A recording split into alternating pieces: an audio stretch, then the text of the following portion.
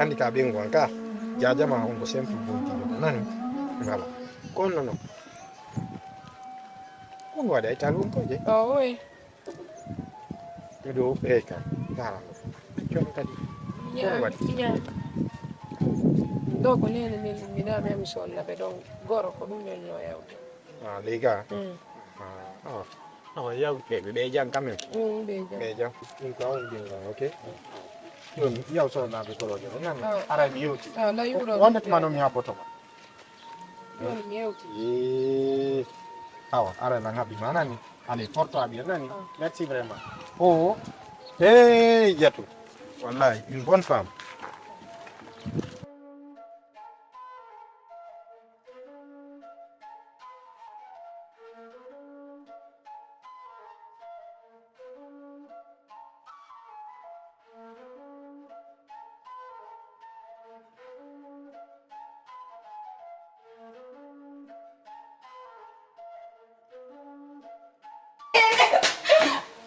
mi vallega mi mai nei giorni che si muore nei giorni muore ne wande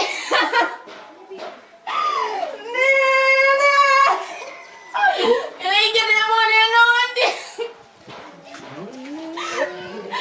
e la pure ne le vedo di tutto trafo mi acci be mi nei giorni fare la fondo che devo gangare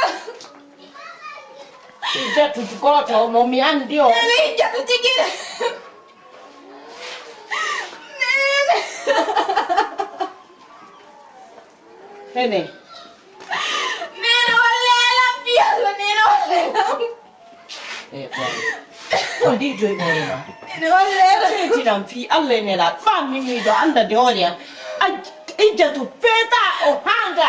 Nene jatu mo de no kelam di ronganda to ko be waddo ko kala. Nene be jakko di be nunno di la ko be ala watti. Be lunno diri.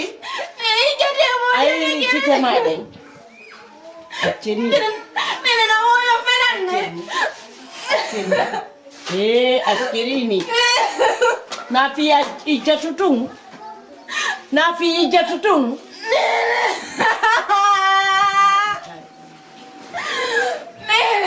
Panji. Nene kulinya kan no mi wala Tante gondi. Ijatu wala jatu kan mo wadi. Tante gondi. Fit tante gondi. Acini. Nene wa wanda to ko mi wadi wala ko be la wadi. Mo di na nangi mo di no no. Ini no ya kini Dandi awulla tum fere ambona. Ko woni bajjo anga. Nene jatu pala sendu golle ngi mo di sinadu mondi. Be seda tas immayani. Dandi ko honto mirewi ha o jombu ma tigi ida andi. Nene walle na. Dandi ka mirewi. Awakini. Ko ma dim fitu. Minali ko kono mi accata dum o Nene si jatu kudin aga si jatu sedan mo de mi kere mo feta pilla mi kere mo. Nene mi wawa tarundo.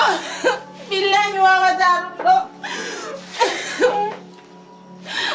Mi kere mo feta nene walle la. accirani ka accisani. Onon tigiri dongandi ko pigi ko mi wadi ko fo on jombila onon tigiri dongandi ijat.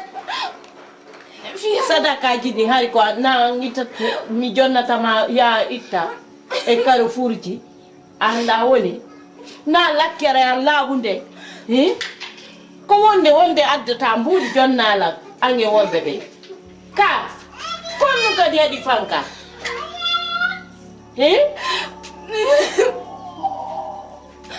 walle la fiya dulle ko minne dimo kono si Allah jabi o tawta en do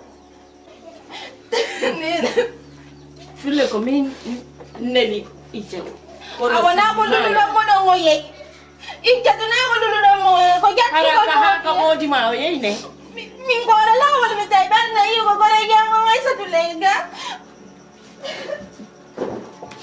o tawta ko to sinani min naali goɗɗum kono min on mi accata mi accata few mi alamo fetinde hara woni dongala Nina yiɗi moodi la. mbiɗa andi ɗum ɓamo mari jawdi ko ɗum yiɗanɗamo lalande joni accirta ni noon Mino nano yo wooliri noon fima mari jawdi kene onon kadi wonde mi addanta. kono ko ɗum ɗo jaɓɓayta yewtomɓe ka aw ko ɗum kadi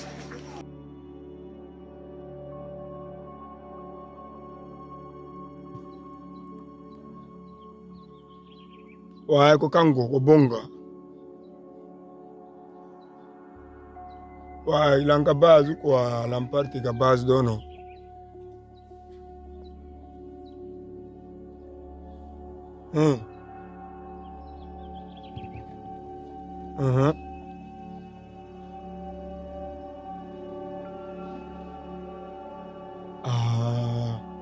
e fami o faala o mabrenade yawo on quoi ko ɗum woni yawagol go o faalalan yawade no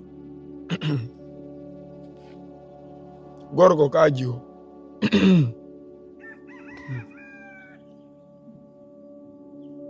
wa joni noon ko faallo min ko mi yowmi tan o mone ube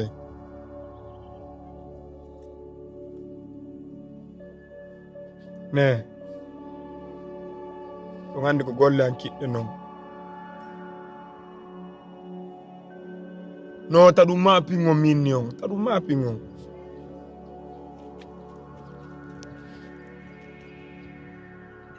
na problème no na problème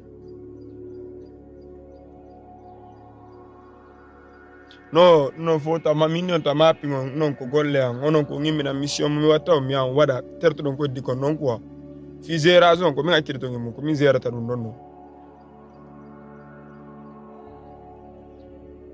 ok jolla wadde ɗo widru autour après si mi gayni mi dara no mi tippora ka mon ton ko yiide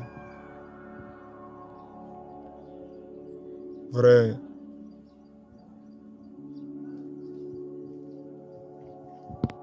ne na problème to gandi min ko golle an ɗen noon mi yiɗa woni bruit quoi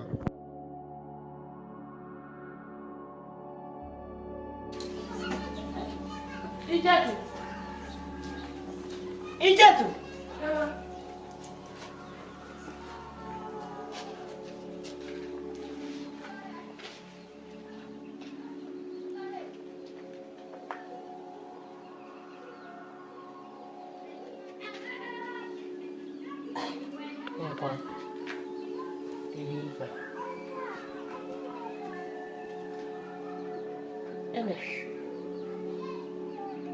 Hakkuno ma e Allah jagayagal ngal ngal ɗon joni na worɓe janam ɓe ne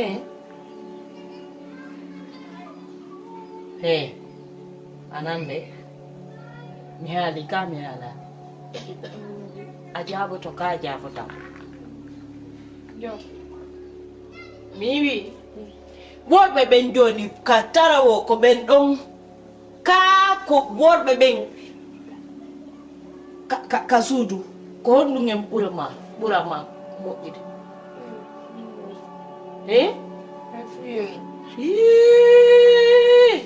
ida andilan ka andala mi inni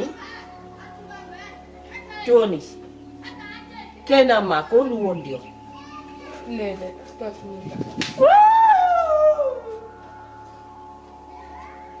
mi inni kenanma ko honɗum wondi o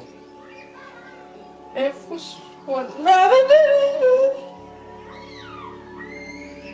sa waɗi juuɗe ɗen ɗi masinde ko honɗum wonduma e kenanma fus. ko honɗum wondima e kenanma Fus. Itu croise of bras croise kondu wonduma e kenama kondu wonduma e kenama kondu wonduma e kenama kondu wonduma e kenama kondu alalan itu kondu wonduma e kenama da wawi kelade kenama hakkude ma e Allah ne woni tawa hakkunde ma Allah worɓe ɓen fof en ɗon fof haaju ma ala ko kaynamma andi ko innuɗa kon joni yo jombindir e jajama welanima ne welanima welima ka welanima welima ka welani welima ko fi huɗɗum noon kelliɗɗamo jaka o lundiri ka tarawo mais lundodiraɗe on multidiri ɗen ɗen mi landimo fi jaja a wawi ɗo yewtudema komi yewtatama kon mi yewtata ha ɗuɗagoy ɓamiɗo andani hoore am fima on lanni kono mi hawja no gasa ɗoya hewtude nene ma e baba ma feeta ha feeta acca 12 yana kenama on ko fi ɓiɗɗo an o moodi keynamma ko fi ɓiɗɗo an on jiwa an on na andey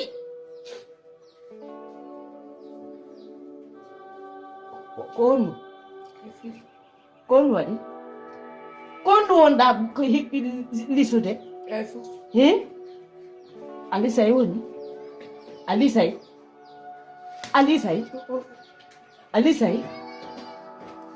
enen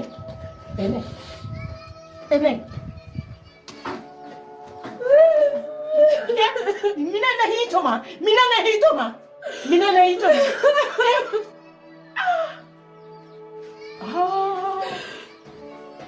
minanay oh yaase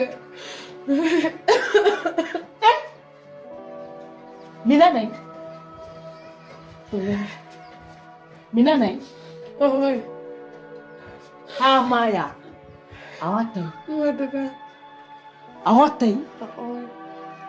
kon ɗum mano ko kaynanga ana kenan ino ko mogonimo go onon ɗiɗo ko mogonimo go haray kanko kadi himo falama ɗo non joni yo wondude hara jajama ronka andude no gerda mbuuɗi ko keynanma jogi fof hara ko an hendoto e o woye ɗum gasata sina mi masi mbi te inna nano eyi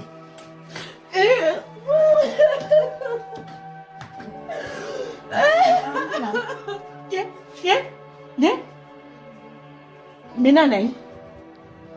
minanay itu minanay hakkira subara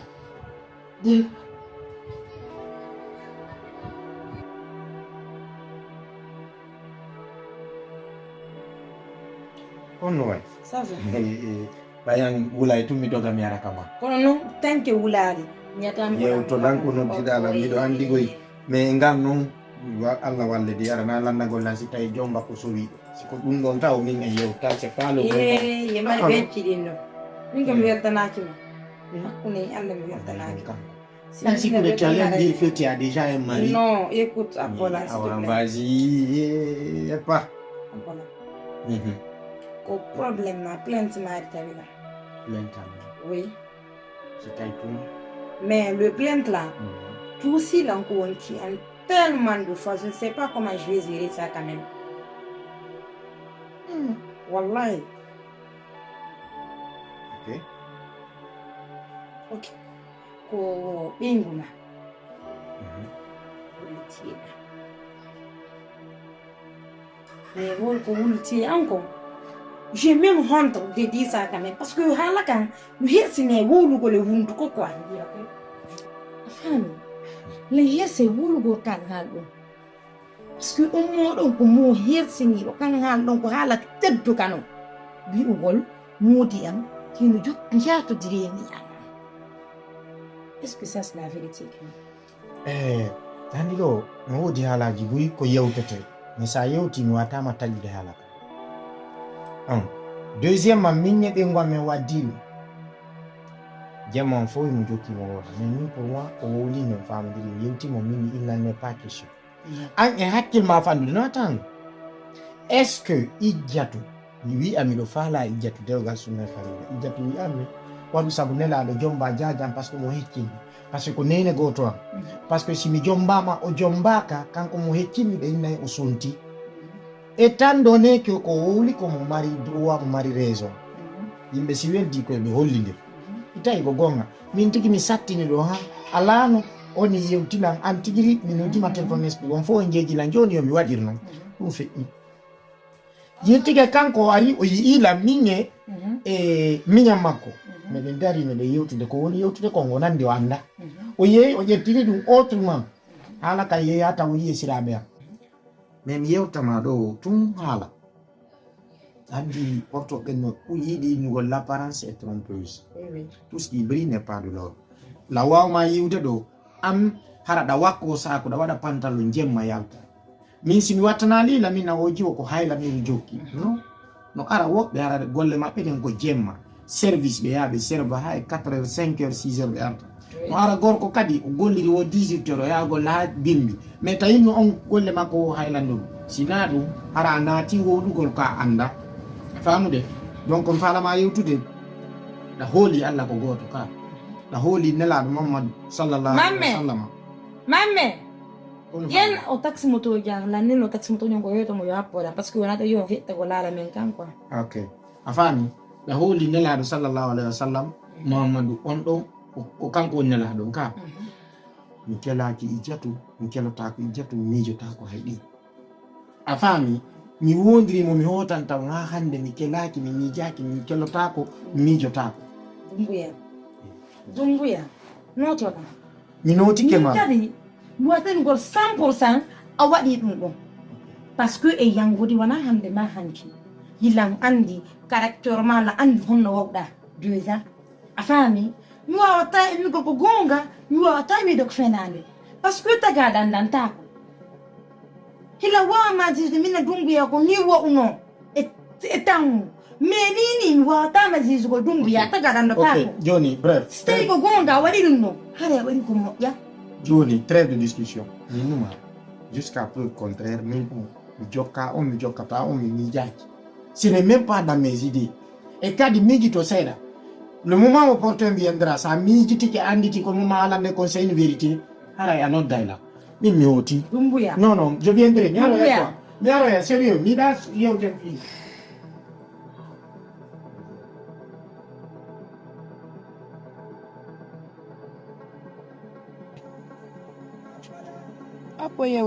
abbo yewten ta haalir noon abbo yewten mi watta ɗum jaaja mi wata wondo e muudi ma joni mi nani ɗum noon fof kono sa ya nene nde ñande ngala koɓe gerari wo kamɓe milla wondi e muudi ma min lalla dandan ɗum mimi wata wondo e muudi ma min ko keynan an noon nde ñande komi wonno yewtude naafi ko boni de ko fimami wonnomo landade muño fi allah mi jeejima muño fi allah mi watta ɗum ɗon mi watta min ka ɗum ɗon fi allah yafanola fi allah mi watta ɗum hande ka joni amen fotte lawol mi ɓaɗotako mo muño fi allah na mi watta ɗum minuma mi jokka moodi ma sai mi noddima ko ya muño woni fi allah muño an kadi minani aw nden mi yawoya ko ma kam yaw ko ma kadi awa joni muño fi allah ko manno yarde ko ma ko jeejugol ma ɓay ko a jajam ma ɗum yaka aw minani a muño ɗum fi allah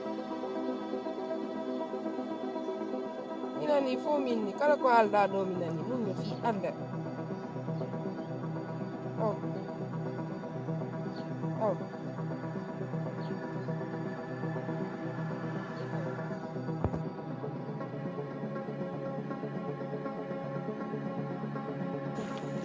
deƴƴi de mi retardi ɗon me yaafo ɗon ko andi menen programme jamen ni min yiɗa goɗɗo yiyamen komin yata maare moƴƴanami minen quoi da do bidoro ko ni de No, katampul mo terte firu. Katampul an felling ni ona de dimba.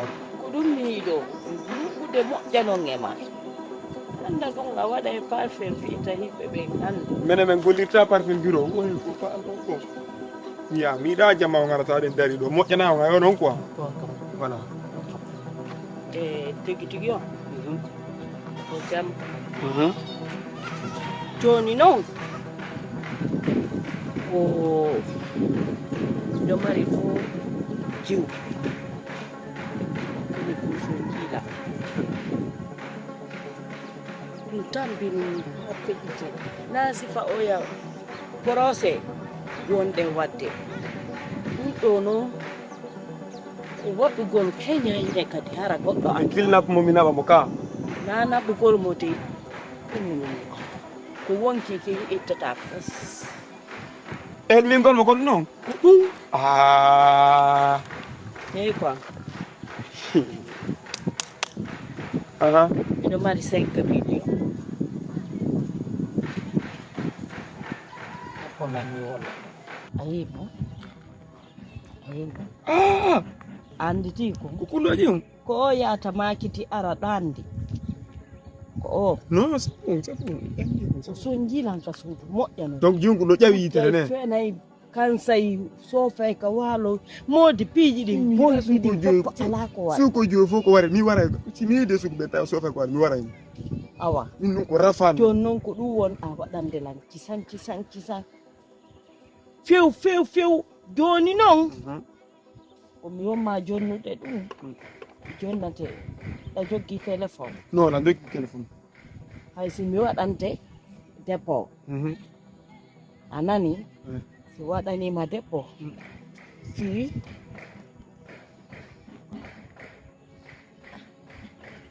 weggiti ko duwanno C'est bon joni on nodda lan on fami namande la mbudin non kon ko lero mo faalo mi tum.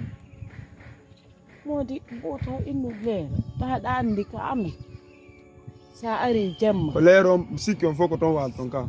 ko toon mi walata kono mi yaltinaymo ko yaasi fiya hen ɗoɓa hara menen men ɗanike min e jo an laɓaɗo yanande Wandi ko non. Mi mission jangi na fo gay. Si mi yeyi ko en ku kaw donc mi wata innu ko yalti mo ko yasi non. Dala fo so de ka suudu mi. O way mi ngol mo inno yo ya ngon oron kata ko nelo mo don mo yaw tawala. Est-ce que on fami? awa Mi abbo mo kala so ari mi tam. ɗum kadi miɗon kata ɗum ko minelamo No anno min. Buddi la ikini yeso boy. Si mi timo ko wala hen mi metto mburi abi. goɗɗa luɓitorogo No, biro terte firu mi non ka tampul mi terte algo la lubi dorogo. Ah. E foti on famu diri ko allo ko est-ce que on famu? kono sa waɗi ɗum andi ke mi sikka a piyay law Ah, c'est bon joni. Andi min si don aldi lan sa ko mission. Min ko ni mi woni ta déjà. On fami. dorogo luɓude ko ɗum noon wani Jona wa sene mi wada mission. Sene ha? kinan ɗen fof ɓuus Sene no biro sene yondo. Ila jama taw dendo sene yondo.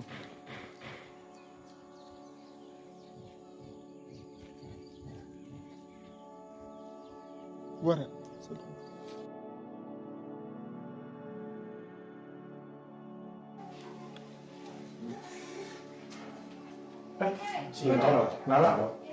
Koto ari ete. Non fanno mai ko kono fike bani yalta woni. Ɗum kadi waɗi min hakkilande en jooɗaaki hannde.